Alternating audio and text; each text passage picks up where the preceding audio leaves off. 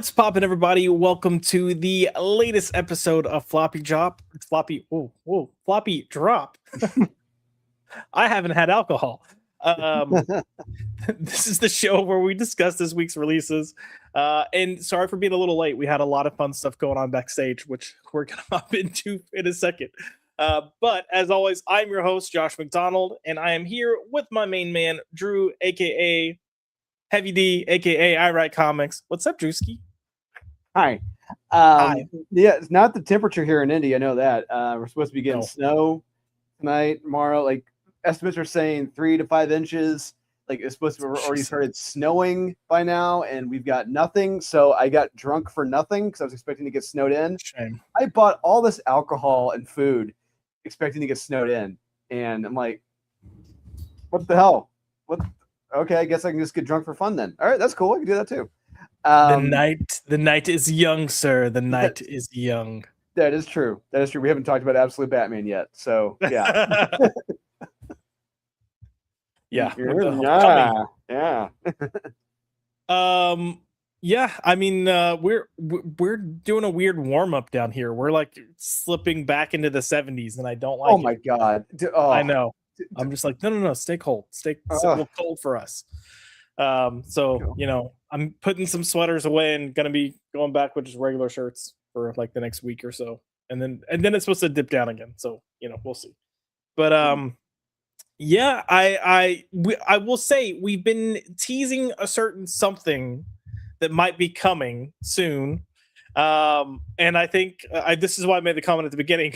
We were discussing a lot of news because we had a lot of news pop up real quickly. So I don't know if you want to take the reins and share something real quick, and I'll pull a little screen up for you.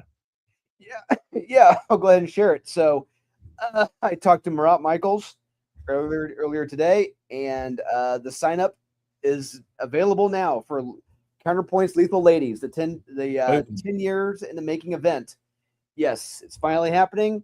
Sign up page is there, but the kicker is it is launching tomorrow evening, launching tomorrow night.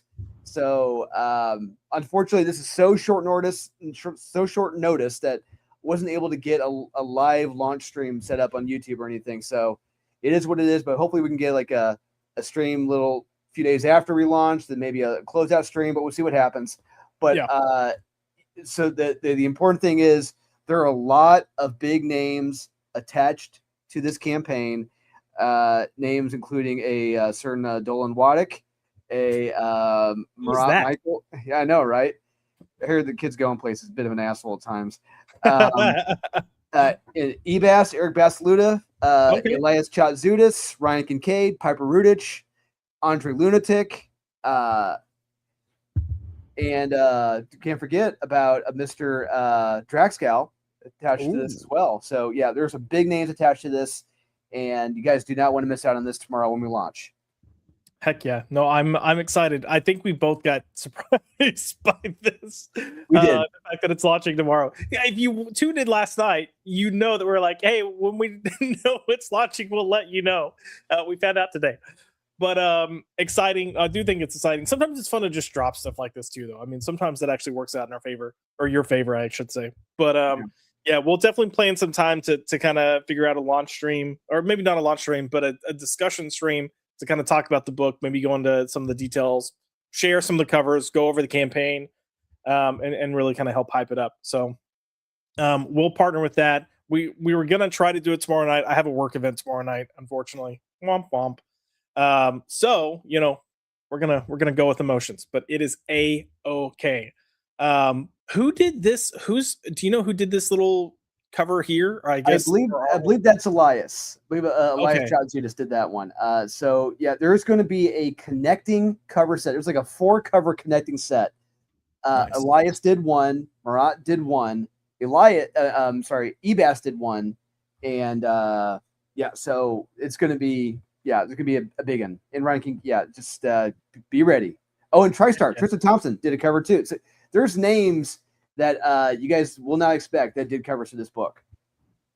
Nice.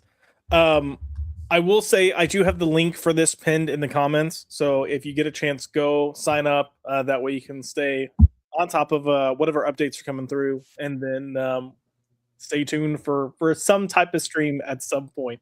We'll get it going. But no, I do think this is exciting. We've talked about this, I think, for 2-3 weeks now. The fact that it is coming, so it's cool that it's we're going. Whoosh. It's happening. It finally, yeah. But it's like, it's happening tomorrow. Oh, okay, all right. Yeah. And you mentioned Andre Lunatic doing some work for this. I believe we've got some Andre Lunatic artwork to share. Maybe. Yes, we do.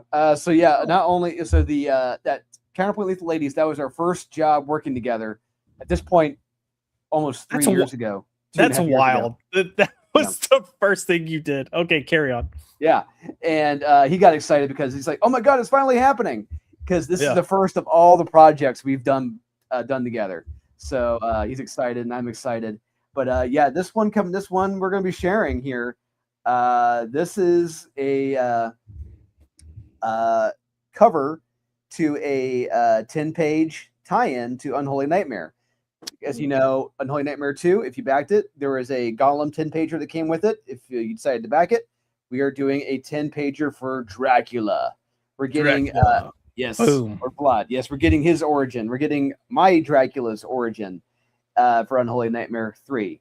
And Andre Lunatic was gracious enough to do the art and interiors for the 10-pager, as well as the cover here. And this is the pencils right now. It's going to be inked, but these are so damn good. Yeah. That we may offer a penciled version and an inked version. But yeah, we'll see. We'll see what the reception is. But I love this cover, and I cannot wait till it's inked. Yeah, no, it looks fantastic. I mean, at this point, this is just what I've come to expect from Andre, but it just always looks fantastic. And the cross hatching and stuff that he does, I like that it's real art.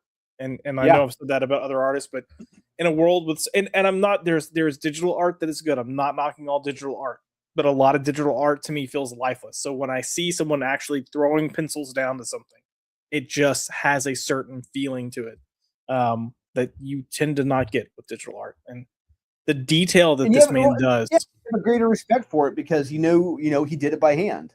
Mm-hmm. Yeah, but the detail that this man puts into his artwork is just phenomenal. So I'm super stoked and excited. This is a great little tease. And you were like, "Didn't you see it?" And I was like, "I feel like I saw something." And then you said it to me. I was like, "Oh nope, didn't see that. I would have remembered that." No, then I remembered. Oh yeah, I shared the Vu Don Swamp Thing commission that he did, which looks fucking amazing. It's like I added Jim Lee and DC. I'm like, hire this man now. Oh yeah. So the funny thing, I told you backstage, I did not have the best day at work. I was so pissed off at work.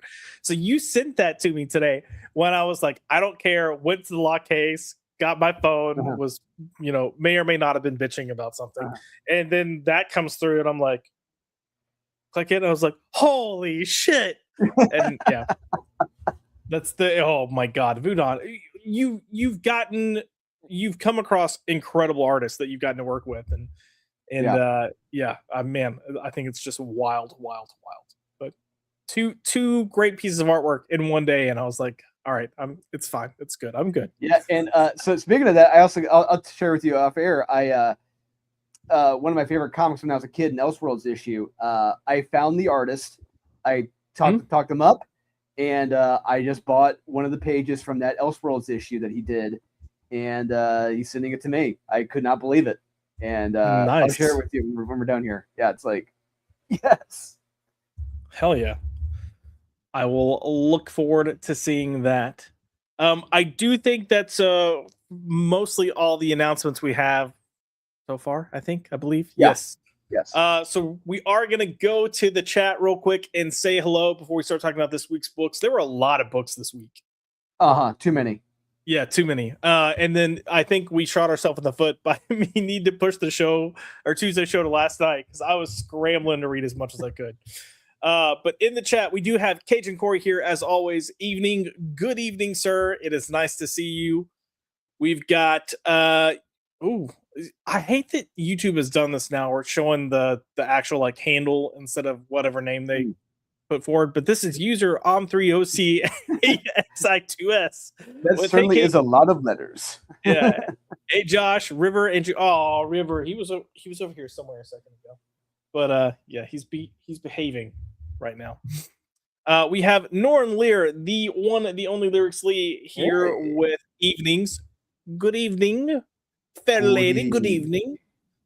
Just a reminder, we do have the Lethal Ladies campaign link pinned in the comments, so make sure you check that out. We have Zax in the house with Trey Cool. Trey Cool. Zax, I hope you're feeling a little bit better. Just at least a little bit better today. And then of course we have Salty Traveling Sea. You again, me again, me again. Last night and tonight. Get over. No, I'm kidding. We're happy to have you. Oh, it's William. What's up, William? See, I'm so used to seeing your name that I was like, all right, cool. And I saw the W, so I was like, I feel like I know who this is, but then the whole other thing just threw me off because YouTube's gonna YouTube. But good to see you, Senor. I'm hoping to be back for the graphic novel group Wednesday. Indeed, but we're Killing Joke. So indubitably, we're doing Killing Joke at the. So ironically enough, Josh. Ironically enough, a much better Joker origin than what we got to read to this week. I am curious. So we will get to that in just a second, and I am curious to talk about it. Because here let's go ahead and get into it. We're gonna kick things off. We're gonna kick things off with Absolute Batman. So I am pulling this up now, and this entire issue was like devoted to the Joker's origin. I mean, like yes, or origins. So I am pulling that up now, and go ahead, and I'm curious to hear your thoughts. Oh man, I've got so many thoughts about this damn book. So real quick, I want to say that I did not hate this book. Yeah, I'm right there. Okay, I'm right there with you. I did not hate it. There are ideas I like here. Mm-hmm. I like the idea of this this evil Bruce Wayne. It's what he is. He's an evil Bruce Wayne. When we get to the actual storytelling of this issue, I don't like how it's presented.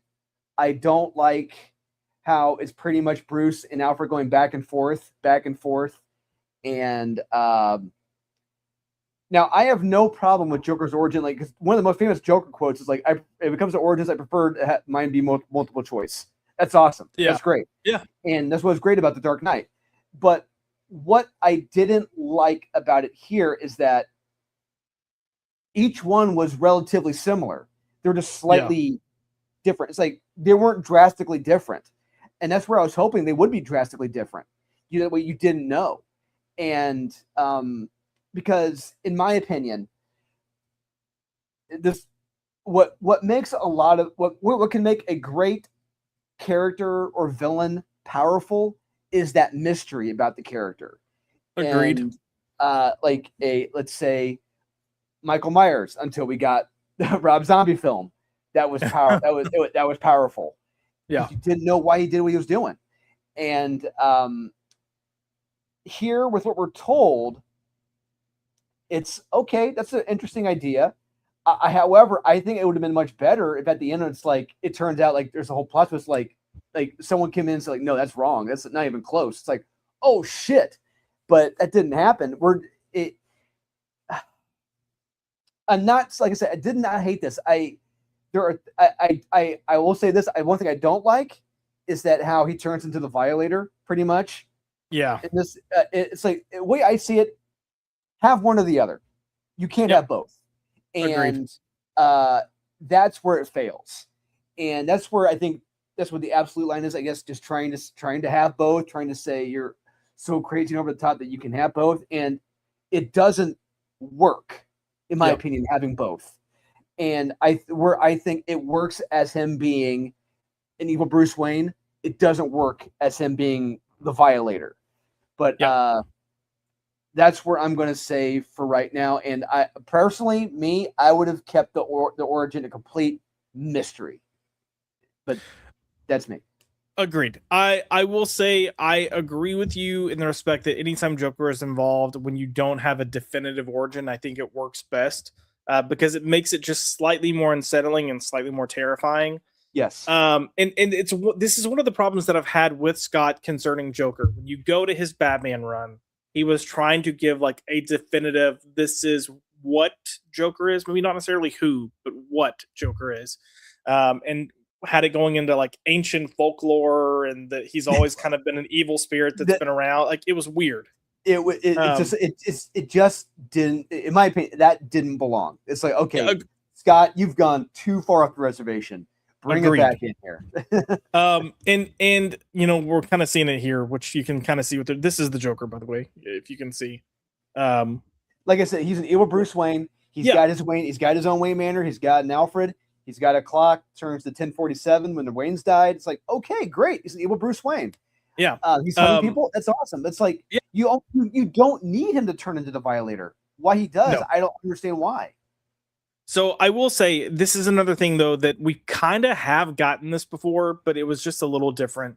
Because if you're familiar with Dark Knight's Metal, then you saw the Batman Who Laughs. So it was essentially like, what if Bruce Wayne became the Joker? And then you had like Batman skill set. Yeah. Incredibly too much. Right.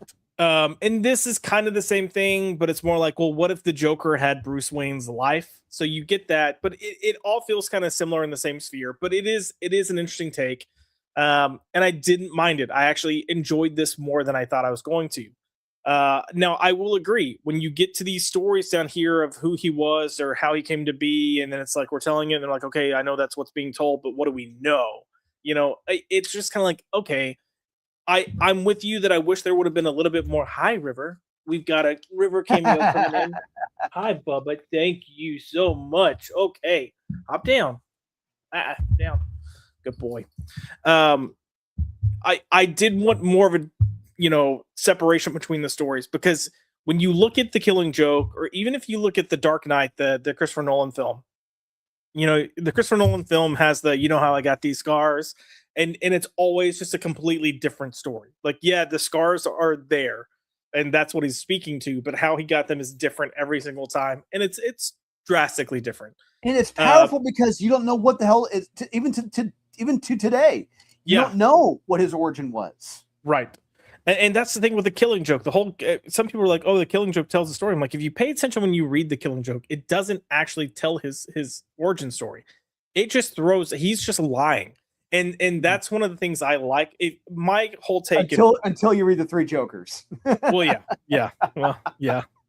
But my whole thing with the Joker is, if you can write the Joker where pretty much everything he's telling you is a lie, then you have mastered writing the Joker. And a lot of people cannot do that. Only certain people can, because he's an agent of chaos. That's his whole thing. He wants to come in, and he's not going to tell you the full truth. He's going to tell, there might be a piece of truth in there, but it's going to be fabricated with so many other things that you never know what to believe. It's always going to keep you on the back foot. Like, that's how he operates. So yeah, did I hate this? Absolutely not. I like this way better than I thought I would. But it still wasn't quite what I wanted to be. And I'm with you. This whole Violator thing, let me get back to that real quick. Like, I know this book is over the top, and I know that a lot of people are loving that it's over the top, but for me, it's just too over the top for my enjoyment. I'm not knocking anyone that likes this. I know there are a lot of people that absolutely love Absolute Batman. Oh yeah, I've read the comments, and it's like, but for me, it's a little too crazy. Oh, we're back. Hi. Okay. You love Absolute Batman? Okay. Well, thank you for sharing. Go lay down. He's like, you came home for the second day in a row. You said hello. You let me outside, and you get on this damn computer. What's wrong with you? I do want to point out, we do have Jock doing the art for this issue, which I thought worked out really well.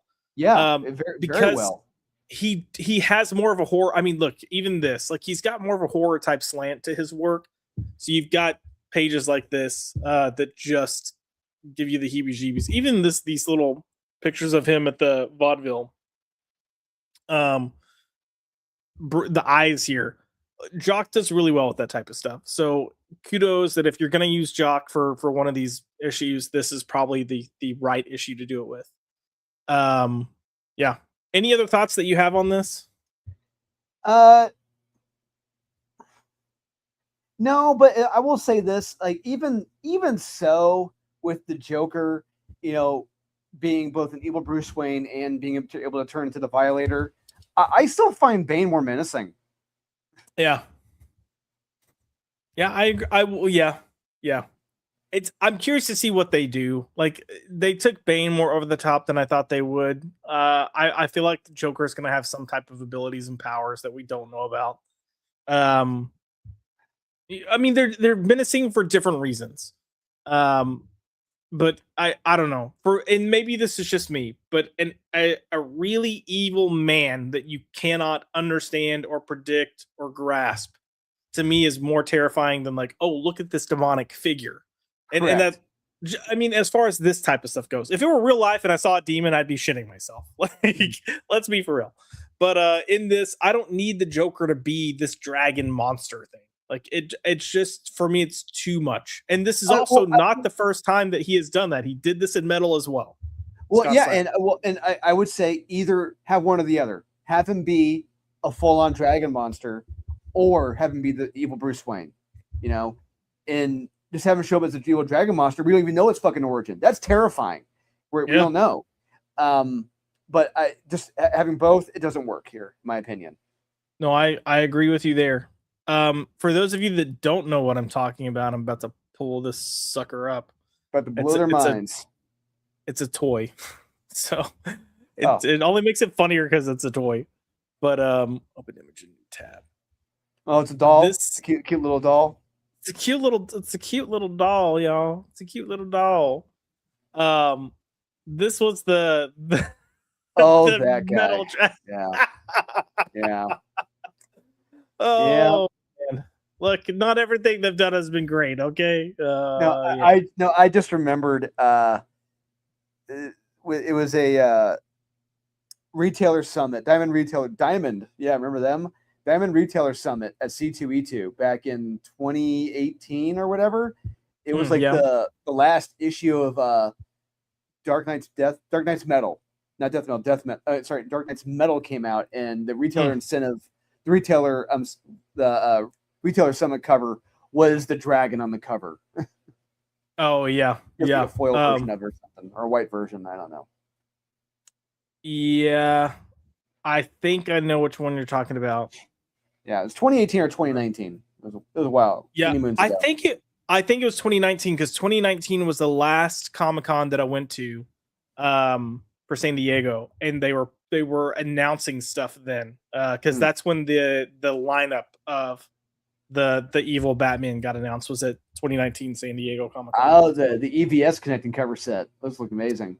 Yeah, that was some of that stuff was actually good. So I agree. Like the evil Green Lantern Batman, that one still scares the shit out of me. That one was really good. Yeah. I'll even say Marvel, take note, because that was a way to do one shots. If you're gonna do one shots, they worked. Yeah. Yeah. I think this is pretty much all we have to say on this. I'm trying to see if there's nothing in the comments about Batman. If you guys read Absolute Batman, let us know if you agree with us, disagree with us. We're both on the stance of it wasn't bad. It was better than what we thought, but still just I don't think this book is ever going to completely jive with either of us. I think our what we like and our tastes are just a little different. Mm-hmm. So let's move on to the other kind of big thing, quote unquote, going on at DC, and that is DC KO. So it took us a little while to get to the fights, but we're finally getting to the fights. We had Superman versus the Atom last week. Yeah. And I thought that was a fun issue. That's what I've been waiting for. We finally got it. So we have two more fights here, and boy, are they two completely different bags of So we're gonna start with fight number 2, which I'm gonna let Oh, you know now is the good one. But it's Aquaman versus oh, Hawkman. okay, that one. Okay, never mind. I thought you were talking about fight number 2 of the day or whatever. One of the two. Never mind. But Oh yes, no, no, no. yes, this one is amazing. I had an Yeah. absolute blast reading this issue. Yeah, I came into this being like, okay, so Jeremy Adams is writing. We love Jeremy Adams. But I was like, all right, so Jeremy Adams is writing Aquaman, but I kind of feel like Hawkman would be the victor here. And then I had to eat crow. I'll just say I eat crow through parts of this issue. But if you haven't been reading Jeremy Adams' Aquaman run, I would say you need to be you need to be reading it in general. It's good. But he once you moved into All In, this new All In, or no, this wasn't. Was this All In when Yeah, he started Aquaman? yeah, I'm fairly certain. Yeah, it's DC All Yeah. In. Yeah. Okay. Coming out of Absolute Power, Arthur gets new abilities, and those come into play here.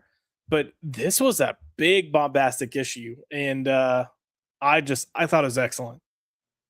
John Timms on the art. John Timms did a great job Yep. here.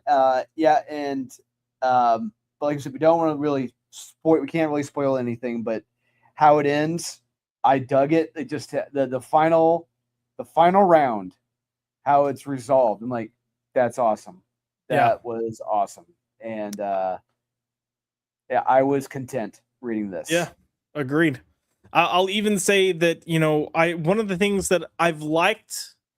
Well, I liked it. I've liked it in 2 issues, but I didn't like it in the next issue we're about to talk about.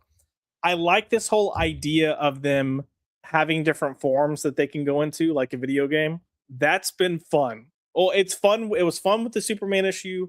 It was fun here. I might feel a little different. Yeah, I might. We'll see. We'll see. It can be done well, but if you have idiots writing, it's not going to be done well. But yeah, you really get to see Aquaman use his new abilities in really freaking awesome ways. And I had so much fun with this. This is what I want KO to be. I want it to be this type of stuff. And if I don't know, maybe at this point, just give Jeremy Adams more issues of this to write because, damn, yeah. I'm trying to be discreet and not share as much because this was so much fun and there's so much that I really want to talk about. But I'm like, don't say it, don't say it, don't say it. Kaiser's gonna come in and be like, spoilers, which we want you to go read this and experience it. Just not. It's not a one-sided fight. No, not at all. But the other DCKO book was Wonder Woman versus Lobo. And this was written by Joel Jones with art by I can't remember what his. There are like 2 different artists on this. It was a mess. The art in this, it was. I did not like it. No, the writing was not good either. I'm gonna be honest. No, this whole fight was a narrative mess. Yep. Yeah. So Joel Jones, incredible artist, but she's writing here, and she's never been a good writer in my book. No, even on her Wonder Woman thing that she did with the South American Wonder Woman. Yep. Wasn't that good? Yeah. Nope. And then she had that run on Catwoman, which Ram V had to come like save because it I can't remember what was happening, but like Catwoman in general was at a bit of a high point as a character. And then she just started running it into the ground. And Ram V was like, nope, we're gonna fix this. But yeah, you've got Wonder Woman fighting Lobo. And look, I love both of these characters. But if we're gonna look, I'm just gonna be honest, we're gonna spoil parts of this issue because I really thought this issue sucked. So don't bother reading it. If you were to tell me that Wonder Woman and Lobo were gonna fight, I would say hands down, no questions asked, Lobo would win the fight. Correct. And I mean, we kind of get that here with this first fight, and it goes pretty quick, I will say, before we get the KO rather quickly. But he pretty much just punches the shit out of her and kills her. So great. So look, you can see how fast it is. We're 10 pages in roughly. So he wins that first round. Now we come back for the round 2, and this is where we get to choose sides. And this is also where I'm like, wait, what the is going on. So Wonder Woman, cool, makes sense. We got that armor. I got it with the wings, awesome, on board. But why did you have to do my boy wrong by giving him this gay ass New 52 Yes. version of Lobo? Yeah, and why? It's like, okay, so people in the chat, if you're not familiar with this, during the New 52, Cullen Bunn and company, they thought it was a great idea to turn Lobo into a svelte Swedish preteen that was completely against character of Lobo in every way, shape, or form. Not just body, but in the way he acted, the way he talked. It was not Lobo. Nope. And they thought people would love it. No, people hated this. Now, Josh, you're more in the know than I am on this, but I'm fairly certain at the time, fans, including me, hated this change. Yeah, no, I don't think I knew any. The only people that I ever saw that liked it were people that had never actually read Lobo. Anyone that had read Lobo hated it. One of the guys that it's not even treated as a joke here. It's like that. It's not. It's played straight. It's like Joel. It's like Joel. No. People did not like that. You may have liked that. A 99.9% of the Lobo fans hated this. Yeah, I think they were probably just desperate to find a different type of Lobo to do. You would have been funny, Josh, if what they had done. They gave him the very first costume he wore when he showed up in the Omega Men. Yeah, that the purple and yellow costume, or whatever. And that would have been funny. That's what I thought they should have done, and I'm right there with you. Where he's almost like shoot, why can't Rex? What's Rex's name? Not Element Man, but oh crap. Well, he looked kind of like Starman, like the Starman costume. But you got here. I'm pulling it up. It would have. It's goofy and it would have been funny, and I would have actually chuckled at this had they done it. But no, we see this where it's not played for. Yeah, there it is. Yeah. Lobo and all his glory right there. All his glory. Yeah. No. Instead, they decided to go with this version, and they tried to make him like, I don't know, almost Deadpool-y with the dialogue here, with the like trying to be cute and funny, and it just it didn't work in the New 52. It especially doesn't work here. It doesn't work when you have a writer that's not a quality writer like Joel Jones taking the helm here. You know what would have worked even more? Two other versions. One, if they turn him into the female Lobo, like when he dies, he comes back as the female Lobo. That would have been hilarious. Yeah. Two, they turn him into the Superman animated series Lobo. That would have been great too. It's like that. Joel, did you not think of those? Did DC not think of those at all? Well, I don't think writing or storytelling is Joel's forte, but I also feel like someone was telling her what to do here. So who knows? But the other weird thing about this that I'm like, well, what the hell is Wonder Woman gets to have three Wonder Girls with her fighting now, and I'm like, what bullshit? Not fair. Yeah, like what? When was that legal? I know you've got what's her name, Yara? Is that the Brazilian? That's the one that Joel wrote. Yeah, and then you got Cassie Sandsmark, and then you've got Donna Troy. So you've got 4 on 1, and I'm like, all right, fair? I don't know, but yeah, none of this looked good to me. None of this read well to me. And then you eventually do go back to kind of like just classic Diana and Lobo fighting for the final fight, but then you have this just cop out stupid thing where he's like, I can't die, I'm the man, whatever. So he's saying this stuff, main man. Yeah, I'm the main man. And then it looks, so when I was reading this, I was like, oh, they are gonna let him win. Like I thought this was him being like, yeah, we're gonna surprise everyone, Lobo is actually about to win this, and thanks, Diana. But you just jump to this weird, I'll allow it. Yeah, and then trying to be cute like Keith Giffen during his Lobo run. Yeah. It didn't. Nope. I did not like this. This is twice now in 2 contests of champions, whatever, where Lobo has lost, and I call bullshit on them. First one was against Wolverine in Yeah. when they did the DC versus Marvel, which was bullshit. And this is number 2. Like, no, Yeah. this is no. You're not gonna. You did the main man dirty. No. Yeah. Lobo should have made it to the end. Let's be honest. Yes. But I don't know, just the way this was handled, the way the characters were, and what's bad is like Diana wins, but Diana does not look good here. Wonder Woman does not walk away looking like, oh, we have hope with Wonder Woman. No, it's like, well, okay, I guess she walked away with that one. She shouldn't have, but yeah, I don't know. I thought this was bad. I hope this is the only bad fight that we get, but Yeah. you know, there's still that. We'll see. We got some real winners working on. I was gonna say we still have that Harley Quinn fight coming up before too long. So are we gonna place bets that she's the winner of this whole thing? If she fucking wins this whole thing, I'm gonna riot. I will fly to Burbank, California, and I will set shit on fire. Oh, real quick, scroll back up real quick. Scroll back to the next page, previous page. Boom. Okay, look at it. Now look at this real quick. I saw this. All right, this is Look closely here, Josh. Look closely here. So this is the Harley Quinn 200th issue. All right. You think it's supposed to be cutesy, bootsy, and funny. Look at where it says, where you see number 200 on the cake. Look right below it. It says like also known as Harley Quinn number 57. Yeah. And just plain regular font. It's like, what? Why not have fun with that? Why not get cute with that? Why not make a joke? Like, hey, continuity dipsticks or continuity, weebs. It's actually, why not have fun with it? It just, I don't understand they play it straight like that on this crazy cover. That doesn't make sense to me. No, but that's just me.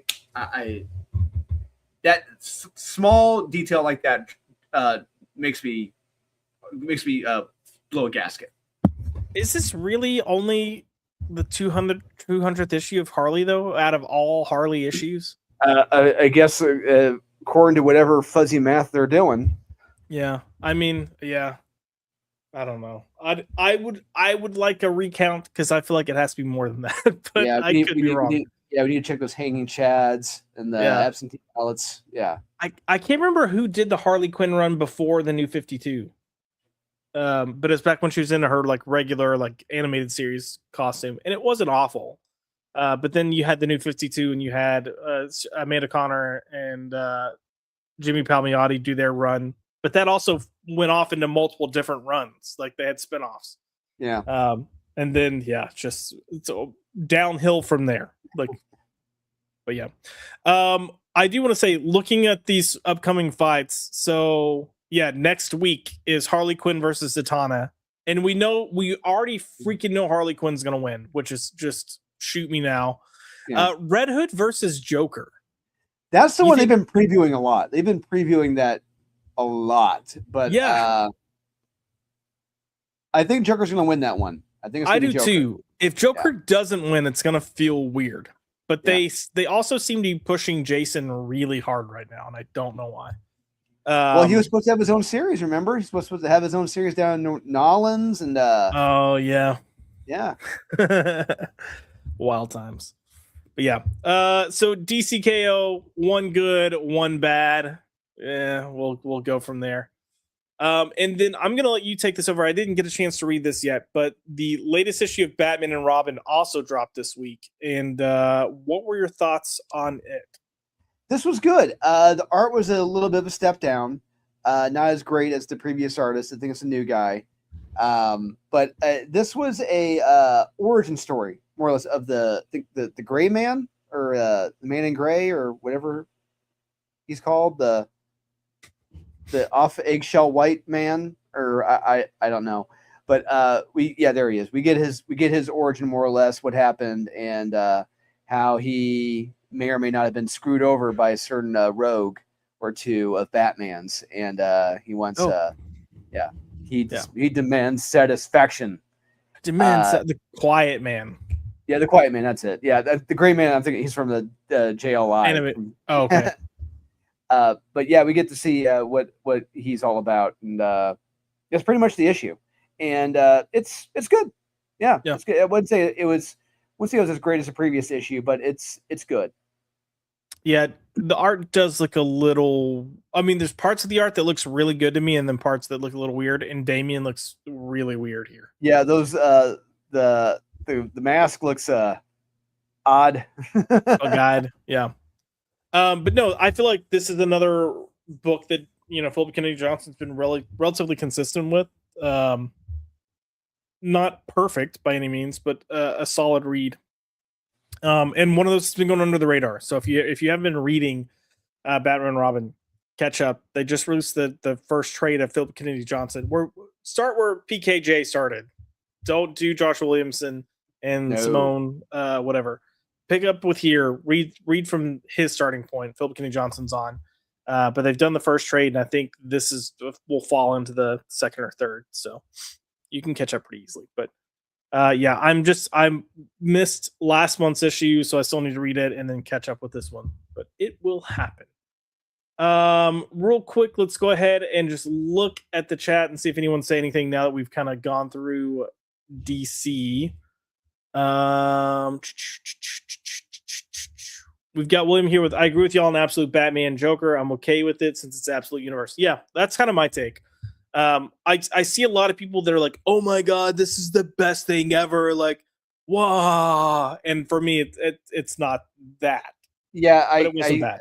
Yeah, when I see people say that about just Absolute Batman in general, I just like, okay, cut the Prozac in half, read some actual comic books that came out before a year ago, and you'll come back down to reality. Yeah, and look, I've had this kind of like battle. I know a lot of these people that are just loving it are people that haven't read a lot of comics, and I don't want to be the guy that I don't want to be that guy that's like, yeah, kid, you just don't know what you're talking about. Go back to your suck. Like I'm excited, they're excited, but I also want to be like, go read other stuff because you don't even know. Like you don't know. You don't even know, man. You don't even know. You don't even know, man. Salty put art was great. Story, meh. It'll sell tons to the kids. Yep. And you know what? Good for the industry for getting those sales. But yeah. We have Cannoli Sasquatch in the house. What's up, Cannoli? Nice to see you. And then moving on to Aquaman versus Hawkman. William said he was rooting for Aquaman. Yeah. So was I. Yeah. I think overall, yes. I think I went into it where I was like, I'm not gonna be surprised if Hawkman is the victor, even though Jeremy Adams was writing. But yeah. And we have JK6919 saying, I liked the art more this week. Oh, I think that may be for Batman and Robin. Interesting. And then they added, I don't like the Gotham Irregulars. The kids aren't very distinct. Yeah. Yeah, the kid, it's like DC's version of the Newsboy Legion. And it's just like, okay, sure, whatever. Newsboys. The Newsboys. Newsboys. What do you say, boys? What do you say? We got trouble here in Gotham, yeah? Yeah. We got what's the scoop? What's the skinny on the streets? It's oh my god. We I 1 year for Comic-Con, I don't know why, but we got on a kick of doing like those newsy type voice like accents. So we kept doing like little short videos of all of us doing it. And then I can't remember what they were doing. They were trying to do something big with Grifter at the time. So we had Grifter masks. So we kept walking around doing it with their Grifter masks on. We were like, who are these idiots? Just sorry, real quick talking about Grifter. No one has done Grifter right. No one has gotten him right. No. What are you talking about? He was like totally right in Team 7 during the New 52. Oh, I'm kidding. He was not done right there. That was not the best book at all. Let's turn our attention to some indies real quick. And I want to start with Transformers. I don't want to be negative. It was a good.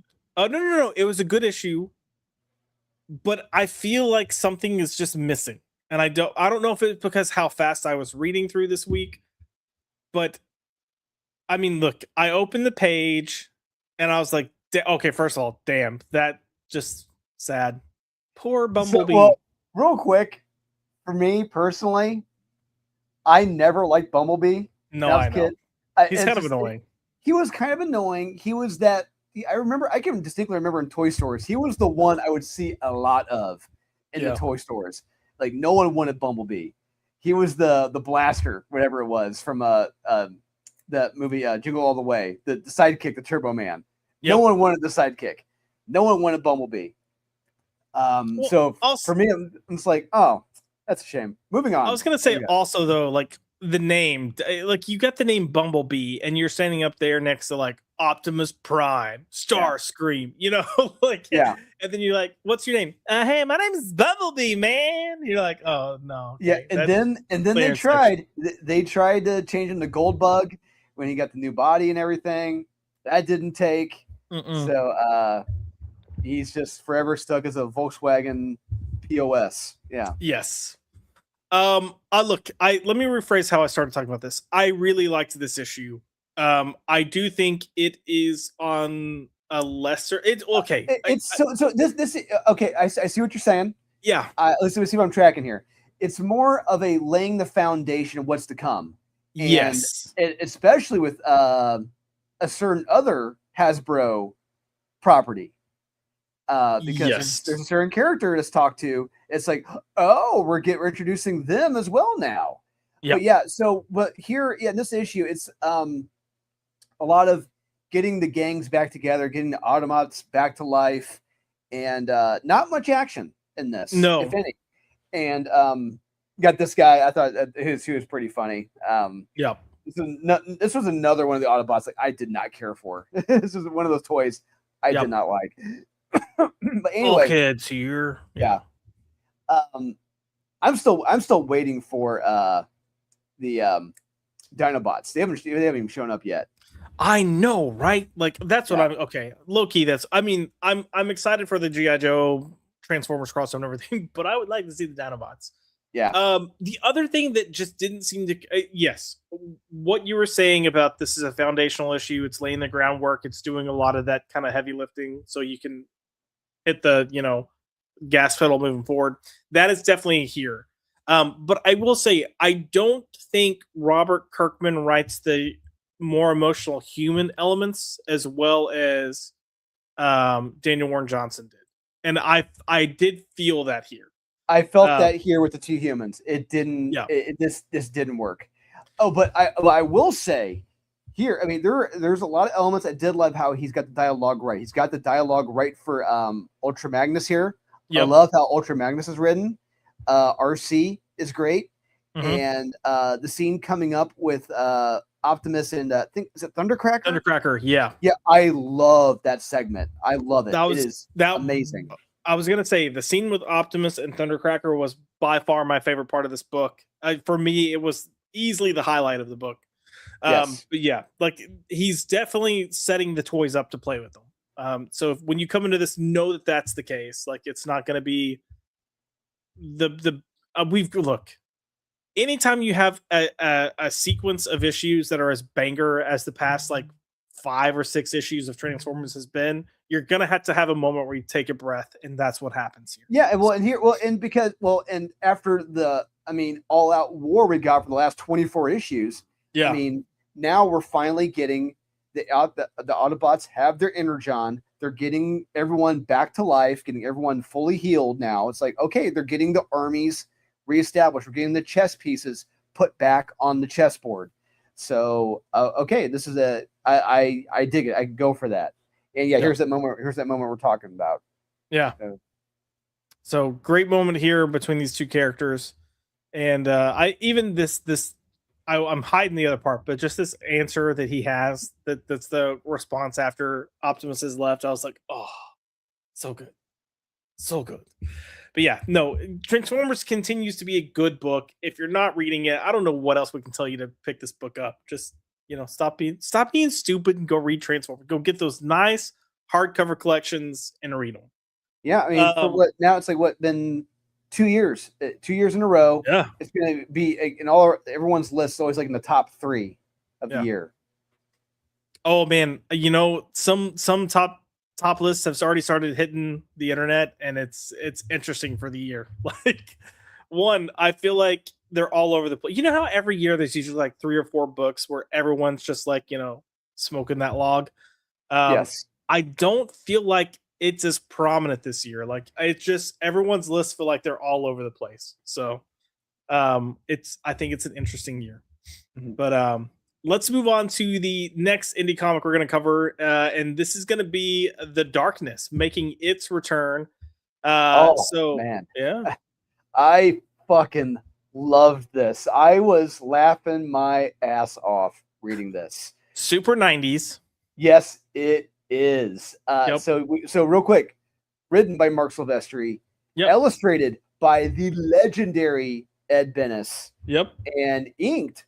So I don't understand this. Matt Banning inked the first page. That was it, and then other inkers came in after that. It's like, oh, okay, that's odd, but regardless, it is still awesome. Like, so this is a complete reboot of Yep. Darkness, everybody, Darkness. And I love this reboot. And we're open on a fucking crazy ass sex scene here. And I'm like, what the fuck is going on here? Yep. And Oops. and then we get like, it's like a nightmare within a nightmare within another nightmare. It's like, what the hell is going on here? It's just nuts. Yeah. And just some of the dialogue here, how the kids talk to each other, it is so over the top. I'm laughing. I'm laughing. And what Mark has done here in this story, just what he's not afraid to show, what he's not afraid to say, I love it. It is unfiltered, and I appreciate it. These kids in this home are just straight up fucking evil. Yep. And this priest, he's not a nice guy. And it's like, this is hilarious.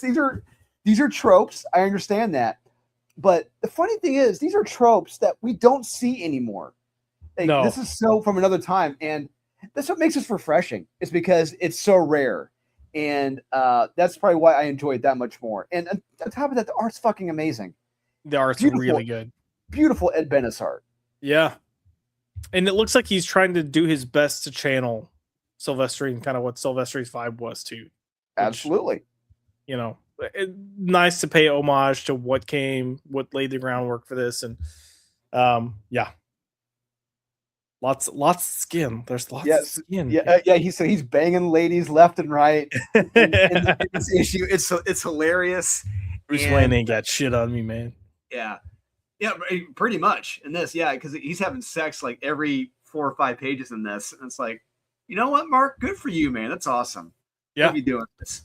But oversized issue to kick things off, which I think is always a smart move. Like, give more, pages to your people so you have time to really let them kind of get involved in the story. So, yeah.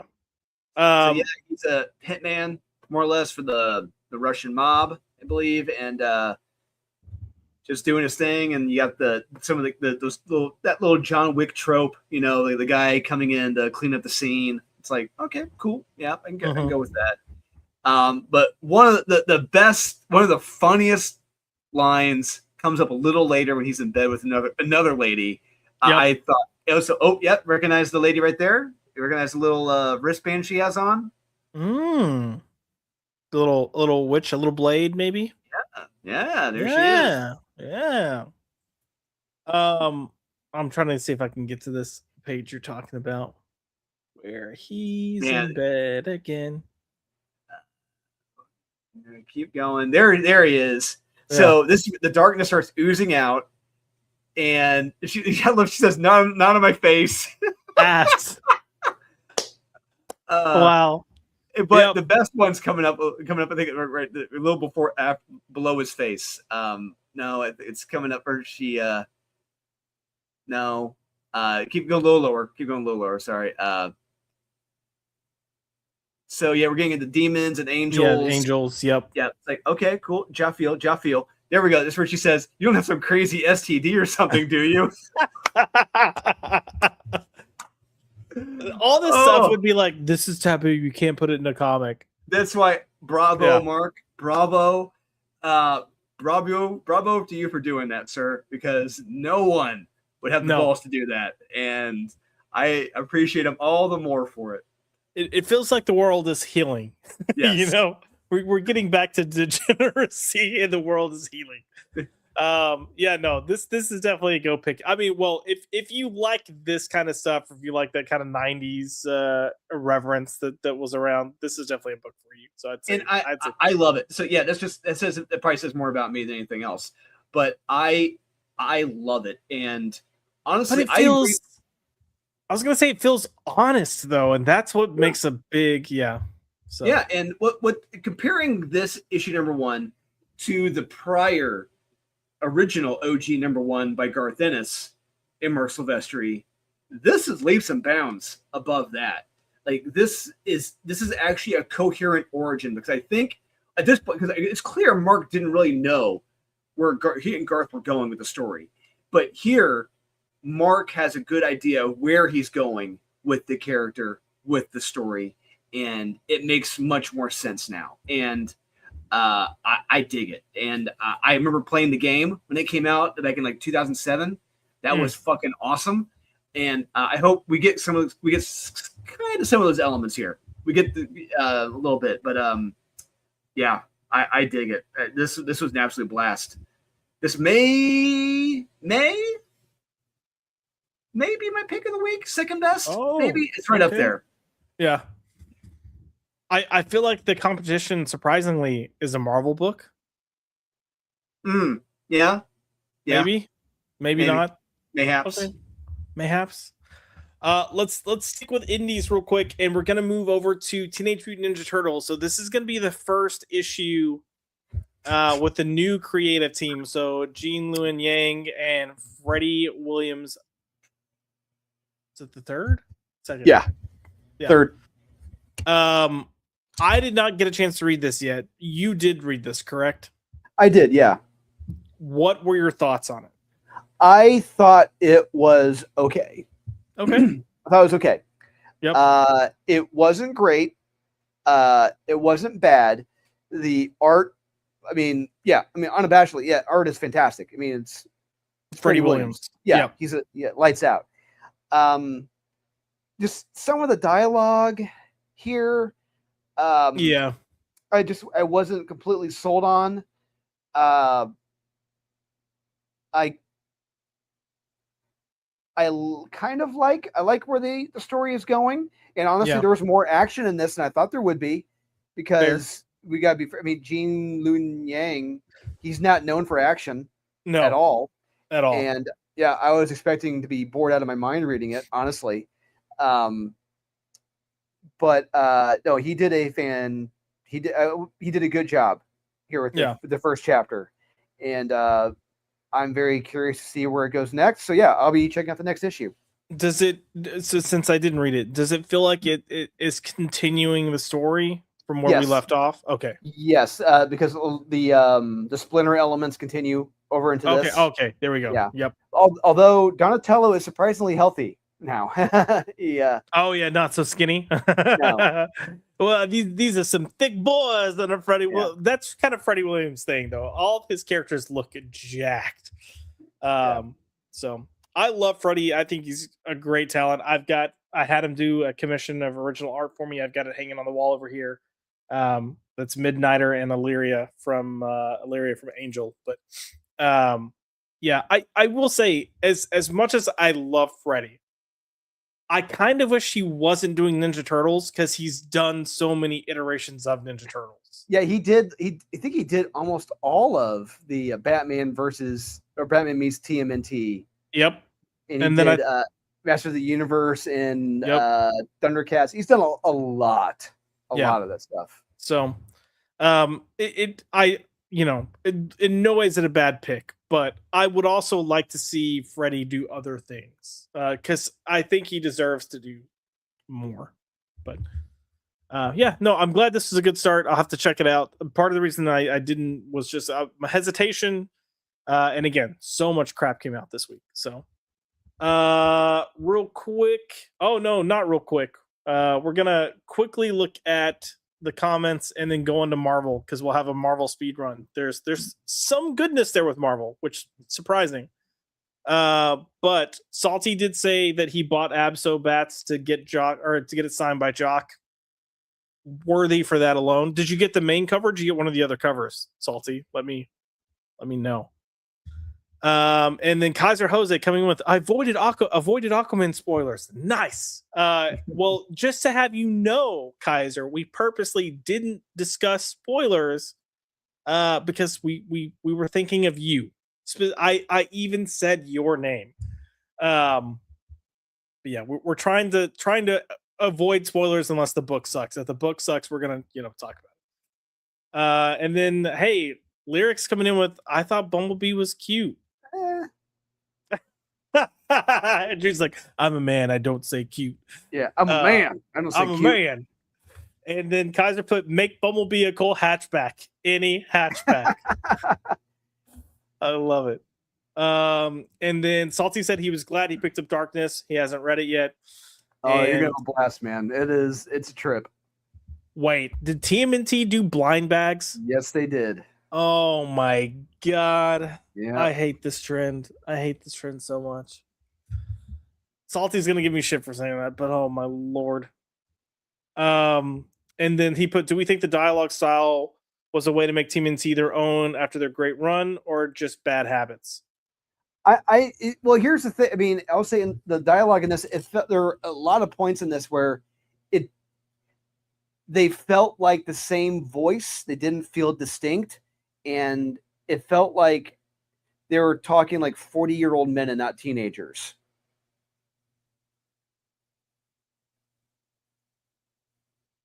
Oh, Josh Towrack. Yeah, no, I'd muted myself. Oh, sorry. Okay. Yeah,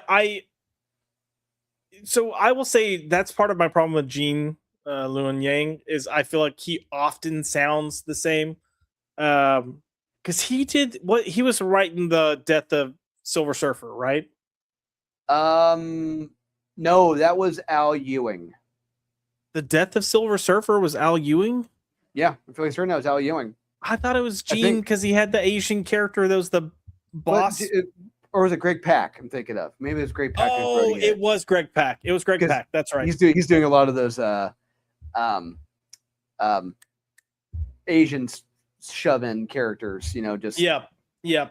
But yeah, when I think of Yang, I know he did Superman versus the Klan, and he did the Superman that was the Chinese Superman, which I actually didn't mind that book. It started off strong and then fell off. But I don't know. I feel like he has a tendency to have a lot of his characters sound the same. Yeah. And then, like I said with Freddy, I've seen Freddy do quite a bit of Ninja Turtles, and I wouldn't mind. Like so not only did he do the Batman stuff, but he's done other Ninja Turtles work as well. So, let's see what is next in the comments. Jock Bullard. Oh, so you got the Jock and Bullard covers. Always thinking of you, Kaiser. Always. Oh gosh, I'm not reading that. Something they're basically telling me. Okay, yeah. All right. So, Drewski, are you ready to discuss Marvel? Men's with the ugliness. Well, in a strange turn of events, we have some stuff that's not so ugly. But we're gonna kick off with what I thought was, well, in my opinion, one of the best issues of the week, and that was the Infernal Hulk #2. And holy crap! I know you kind of hinted at this last night. So this was actually the first book that I picked up and read. But oh my god, was this good? Yeah. I don't know how much of this they have planned. I don't know how long they plan on letting this specific story run, but I hope to God it's like at least 3 to 4 arcs worth of just building, while still doing some crazy ass shit. But this whole, separation of Bruce, which we learned he isn't called Bruce here, and then Hulk and this whole demonic presence that's in Hulk, wild. But you kick things off with he's here, he does his like little thunderclap, and then he's looking for the way to Atlantis. And not just Atlantis, there's another character, there's a creature down there of myth. Yeah. That a monster, if you will, that he's looking to revive. Yeah. I thought this was a really fun, again, pretty brutal book. Yes, very brutal. It doesn't hold back. It feels, and here's the thing. This is what I'm really liking about this. This story feels like it has weight. And so many times when you get to these things that are supposed to be events, even though no one's saying this is an event, but you're right. It does feel like an event. It feels like there's consequences and weight. And I'm like, I'm curious to see what's going to happen because I feel like it's going to lead to other events unfolding. So I was really enjoying this. You've got this huge mythical creature thing here, and also not the only one. We're teased that there will be more because they're all kind of siblings of one another. But yeah, and of course you get Namor being Namor here, where he's a little arrogant. Yeah, I'd say I'm able to tell when a writer doesn't get the voice of Namor, and PKJ, he got it. He nailed it here. I loved it. Yeah, but that's also why Namor was your favorite, right? Namor. Yeah. Yeah, as we all know, I mean, yeah, just one way to weaken him is to dry off his wet back. So yeah. Yeah. I also loved the letters that they did for this creature.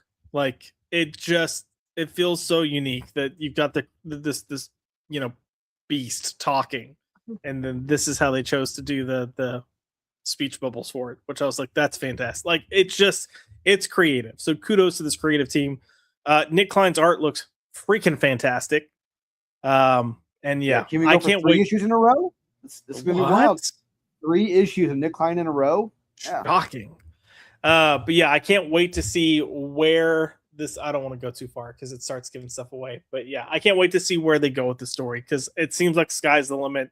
This whole idea that Hulk, this version of Hulk can raise the dead and make an army with the dead, like endless possibilities here, and it feels like they're teasing a lot of really cool elements. Was there anything else you wanted to add to this? This is action packed. It's horrific. It's incredibly well illustrated, and I mean, look, I mean, I know we're only 2 issues in. This run, to this quote unquote run, even though it's more or less continuing with the previous run. Yeah. But it is clearly, I mean, one of the 2 best books from Marvel at Marvel Comics right now. Agreed. And then surprisingly, I thought we had another good book from Marvel this week. And that is Spider-Man and Wolverine. So I'm going to bring this up. This feels like a just fun book. Like I don't really know how to say it. You can't take it too seriously. It is a little over the top, but it's not over the top in the same way that like Absolute Batman is. I'm not sitting here like rolling my eyes. No, this is it's fun and crazy in a good way. Yeah, and this is what I want in an alternate universe. When you have I said this yesterday. We have a creative team like Mark Guggenheim and Carrie Andrews who are legitimately creative, and we see what these characters, these amalgams are able to come up with. It's that's fucking great. This is terrific. And some of them look cool too. And I'm curious to see what happens next with those. And this villain, it's creepy as shit. I love it. So yeah, I really like this villain. And I want to go back to the creative team. I will say, the creative team is doing a great job. Mark Guggenheim is shocking me because he's never been this good ever. So I think Carrie Andrews is doing a lot of the heavy lifting here, not only with the art, but I feel like he's got story. He should probably have writer credits. That's what I'm saying. Yeah, there's probably. Yeah, I'm willing to bet you probably Mark gave him like an outline, and Carrie just went hog wild. Yeah, I no doubt. If you've ever read Mark Guggenheim stuff, then like he tends to be generic as all get out and obvious too, like super obvious. So me reading this, I'm like, there's no way. Like I feel like Carrie had ideas for the story or is pitching ideas as they go along, and he's the reason this is so epic. But his art is also the reason this is freaking fantastic because it's just high energy. And look, I know I've said this before. I know I said it last night. I'm well aware that I have said Kari Andrews is not my favorite art style, but I can appreciate it for what it is. And my God, I don't think any other artist could do this book justice, No, at least like this.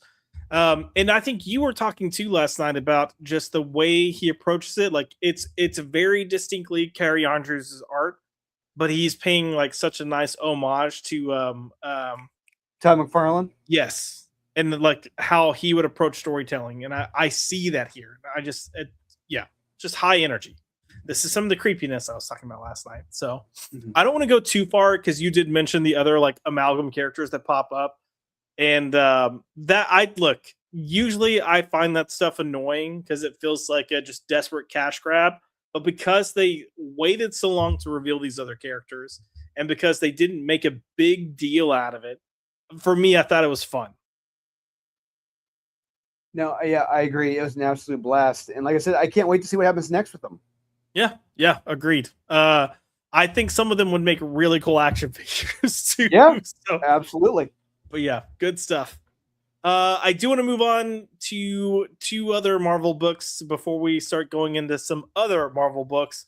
But one, Drew, you didn't get to. We're gonna split the Ultimate books. You didn't get to read Ultimate Wolverine. I did.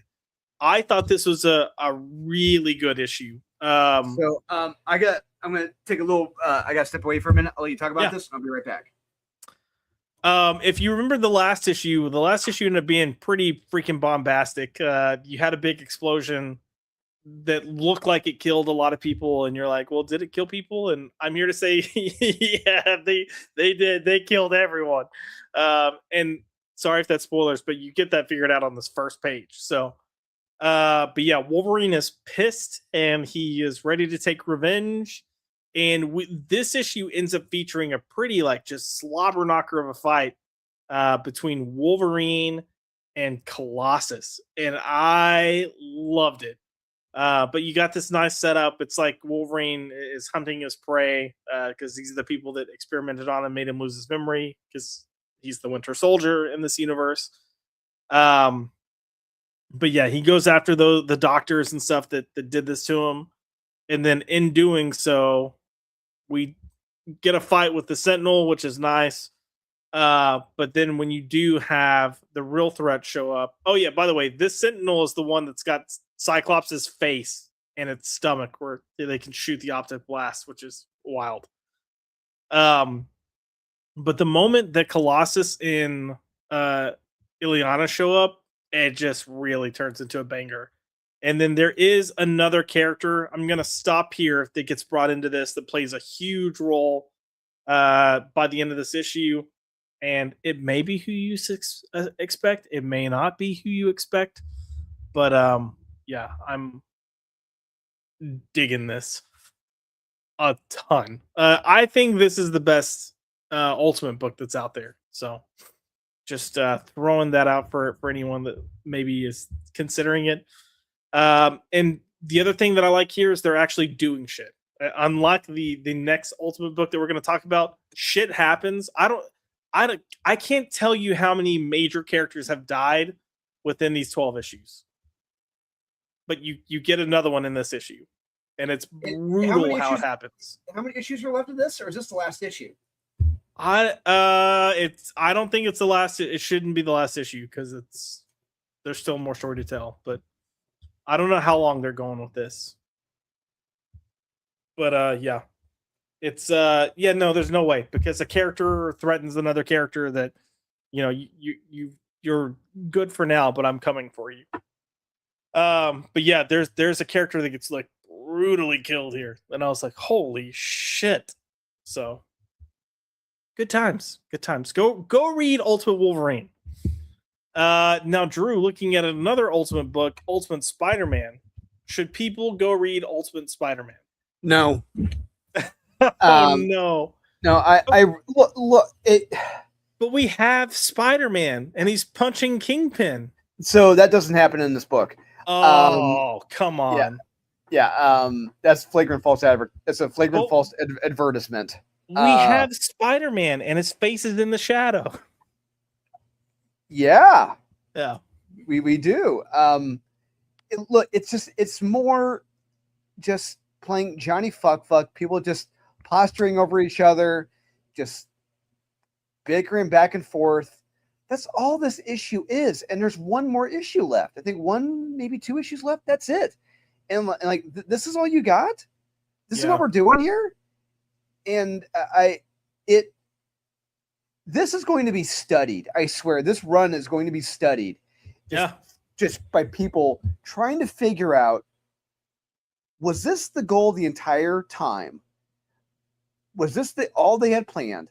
Was Hickman just making this up as he went along? It feels that way.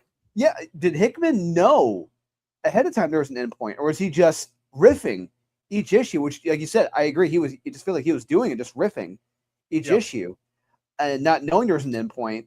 It just, this whole, the people.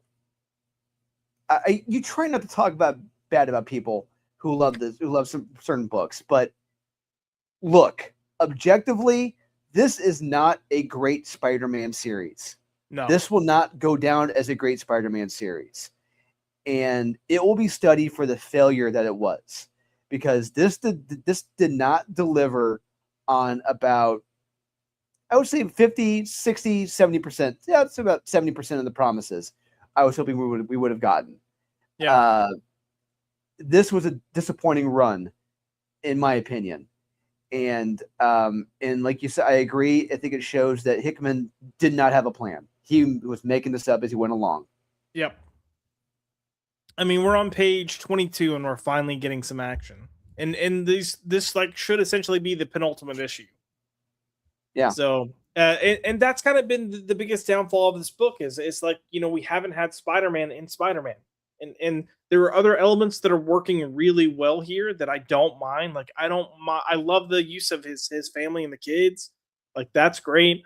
I don't even mind this whole kind of Uncle Ben side exploration, but the problem is it doesn't feel like it's side exploration half the time. It feels like that's the point of the story, but it's not entertaining enough to be the point of the story. Yeah, and that's the other thing. It's like, okay, you wasted, not just that. Like I said, this is going to be studied when this is done.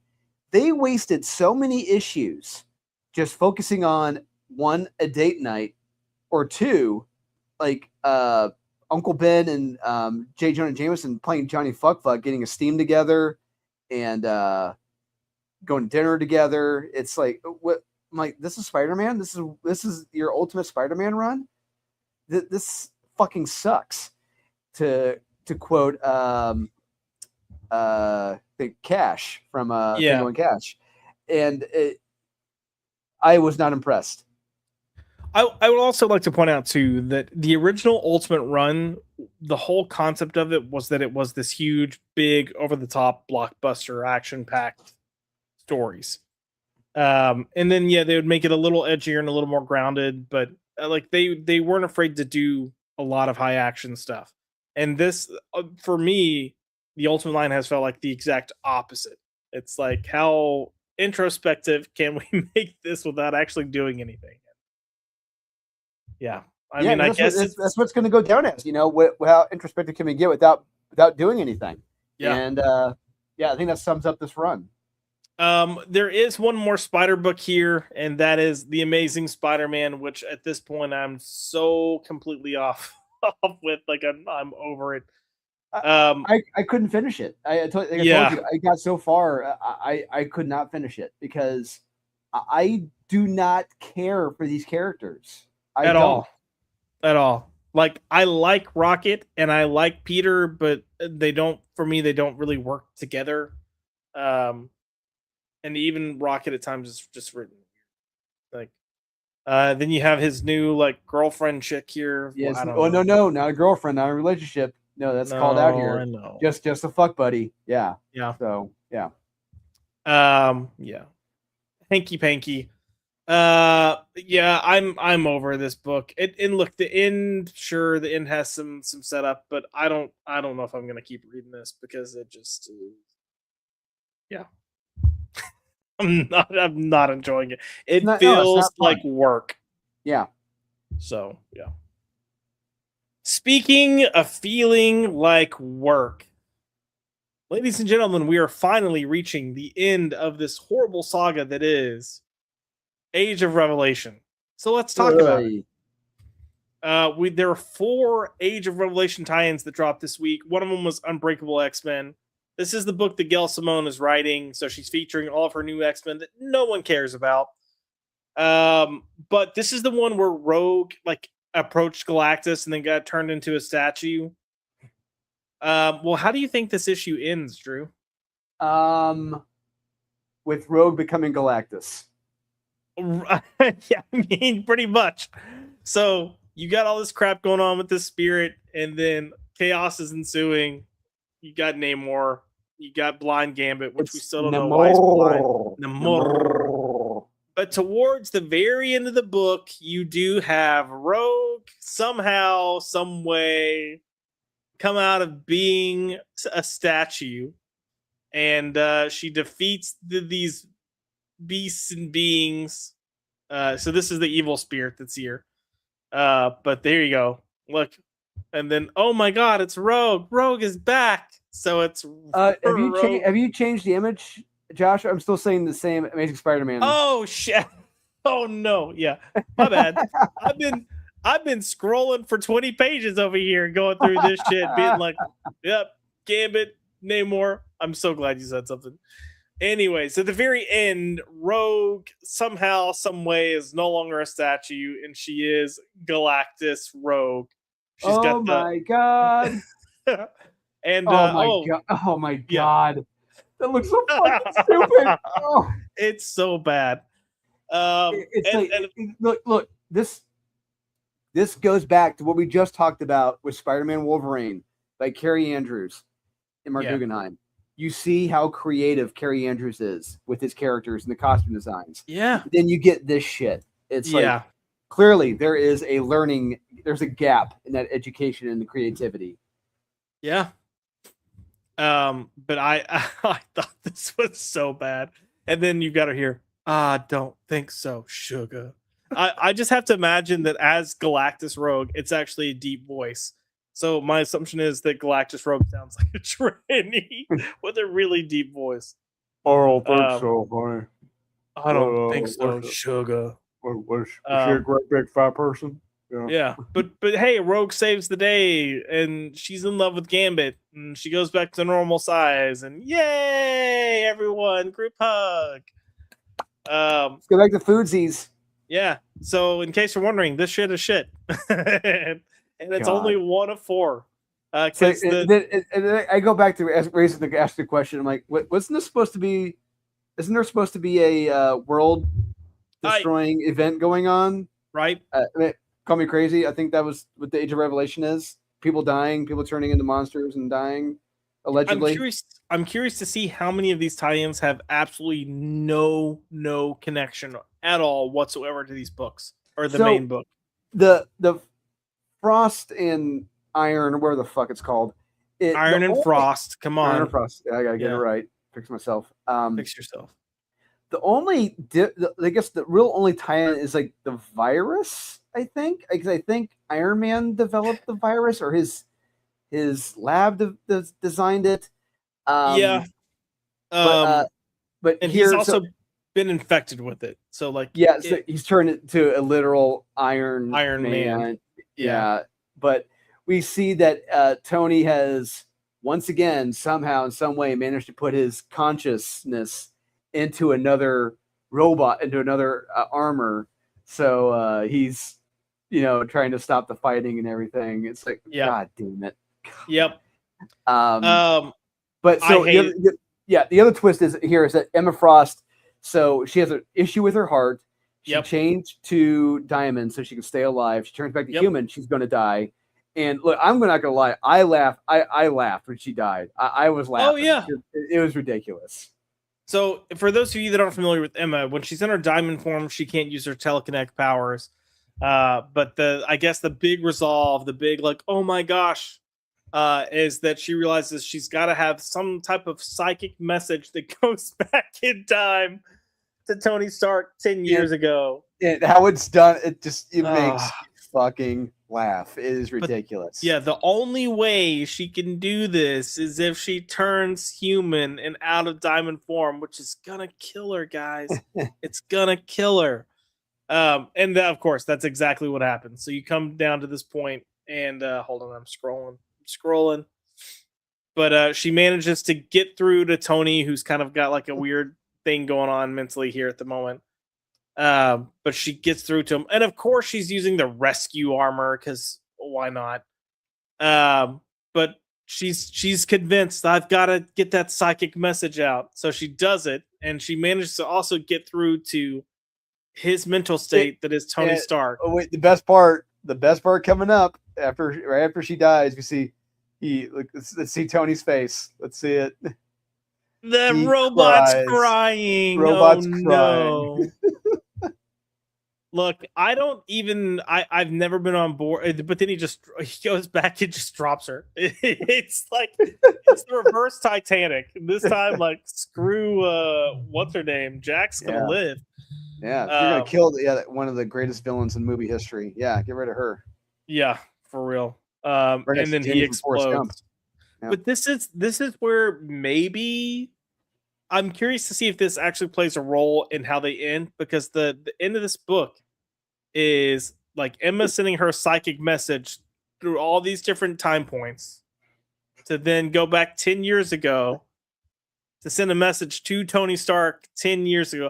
I don't even want to get into how this works, but okay, cool. Sending a psychic message via electronically. Yeah. It's like, wait, what? Huh? Drew, I need you to send an email. Okay, who am I sending it to? Not who, but when. I need you to send an email 10 years ago. You're like, what the fuck? Huh? What? Stop doing drugs. There were two other X issues that came out, both equally sucked. You had Sinister Six, which this was the book that I had hoped would be good. And hey, you actually have Revelation in this book, so I guess that's a plus. But nothing freaking happens. And the big thing about this book is ultimately the reveal of who Venom is, and nobody fucking cares because it doesn't make sense. So you've had Venom in this for 3 issues now, and you're like, Venom, great, cool. Except this isn't Venom, this isn't Eddie. I mean, it is Venom, but it's not Eddie Brock. Do you know who's in the Venom suit? It's Dylan. No, it's Polaris. Polaris. Yeah. Hold on. What? You get it makes no sense. There's no rhyme or reason. Yeah, why it's but I can't. It's like, huh? Yeah. So I don't know. Maybe that's there for her and Havoc. But they didn't do anything. There's nothing here from a narrative standpoint to be like, oh, this works because it is like it's just Polaris, and you're like, okay, well, no plots, Polaris. Okay, great. So weird as fuck. I don't know. It was this. All of these books are bad, but it's funny to watch them all race to see which one is worse than the other. Oh, I clicked the wrong one. Hold on. Go back. Or you're not going back. Oh shoot. Hold please. There we go. The last one was Long Shots, which I'm gonna be honest, I didn't even read this. This book is trying so hard to be the funny comedic book, and I think I read part of the first issue, and that was it. So yeah. This one I didn't even bother picking up after I attempted the issue to, like, again, you're seeing just the art's bad. They're trying to make it funny. It's very super generic. It's not funny. There's not a worthwhile story here. It's just bad. So yeah, this was god awful. And I mean, come on. For real, come on. Oh no. It's another character crying. Oh no. So sad. So sad. Fucking pig. Like, yeah, I can't with this shit. So that's Marvel, ladies and gentlemen. That is the world outside of your window. Aren't you glad? But hey, you know what? Not my window. Kudos to Marvel for having 3 good issues this week. Who Yeah. would have thought? I can't tell you the last time that happened. 3 good issues for Marvel in 1 week. Shocking. Then they had to shit all over it like a shit Sunday with the Age of Revelation. Yeah, Like, just kidding. You're playing craps, you're on a heater, and then you start doubling and tripling down, and you just drawing snake eyes every single roll. It's like, oh god, Every single roll. Should have quit when you're ahead. Yeah. All right, folks, we are gonna start wrapping things up. One more time, I do want to share Lethal Ladies by Counterpoint Comics. The link is in the chat, so go sign up for notifications. That way you can stay in the loop of everything that's happening. Stay tuned. We will discuss a discussion stream or an advertising stream. I keep wanting to call it a launch stream, but it technically wouldn't be. We'll figure that out so we can get it going. Drew, anything else you want to add about this real quick? No, just that, it worked on this 2.5 years ago. And it's the first of many projects to do with Murat Michaels. And we had a blast writing this, and no page is wasted. Yeah, indeed. And then Drewski, if people want to follow you, where can they find you? You can find me at Facebook, Dolan Waddick. You can find me on Instagram, Dolan_Waddick, and you can find me on Saturdays on Thinking Critical with Wes. And you can find me at MegaCon next year in Orlando. Heck yes. As for the channel, we are typically here Tuesdays and Thursdays, so you can come hang out with us and be nerdy if you would like. We don't mind. We accept you. We love when we have participation in the chat. It's always a lot of fun. And as for me, you can follow the channel at @bypopped on X. Me personally at Joshua L. McDonald on X. Or if you just want to see pictures, you can follow me at Josh. No, not at. I don't know why I do at for Instagram, but JoshWorks903 over on Instagram. And you'll get to see more River, who made 2 cameos tonight. But as always, I want to thank you guys for coming and joining us to talk comics and be nerdy. It was a big week with a lot of comics, so we had to kind of really rush through things. But we will see you guys next week. We'll see you next week. And until then, just, don't get arrested. You too, Drew, with your snow and your booze. Mm-hmm. Yeah. Good night, everybody. Bye.